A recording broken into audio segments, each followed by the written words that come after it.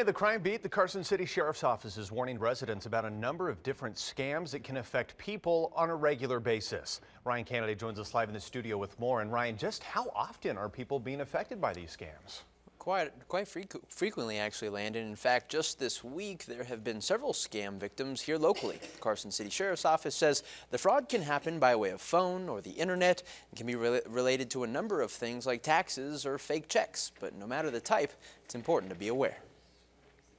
Once they get you on the phone and talking, they can change their story right then and there in the middle of the story. Captain Brian Humphrey with the Carson City Sheriff's Office doesn't take scam artists for granted.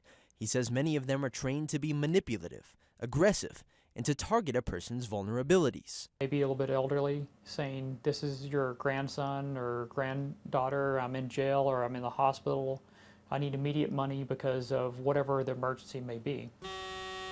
While that may seem like an easy lie to spot, that's not always the case. Scammers use a method called spoofing to disguise phone numbers and emails, allowing them to easily falsify their identification. Victims here in Carson City who had received phone calls from someone identifying themselves as a Lieutenant Sharp from the Carson City Sheriff's Office saying they had missed a court summons. And the end result was they were going to try to get them to pay some type of a fine over the phone. But as the case would be with law enforcement, the IRS, and even a doctor's office, Humphrey says a government agency would never demand a payment over the phone or limit the ways you'd pay a fee. Why won't they take a debit card, or why won't they take a check, or whatever, or why won't they meet you in person? If threatening their victims isn't enough, scammers will also often tell people they can reduce their credit, invest in a business, or win a prize, but all for a charge.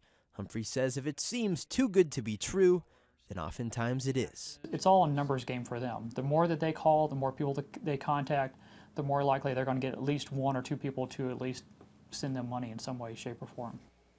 And now that we are in tax season, the Sheriff's Office expects to see an increase in IRS impersonation scams. They say pay attention to the signs of fraud, never send money online or via the phone without first doing research. Covering Crime Beat live in the studio, Ryan Kennedy, Channel 2 News.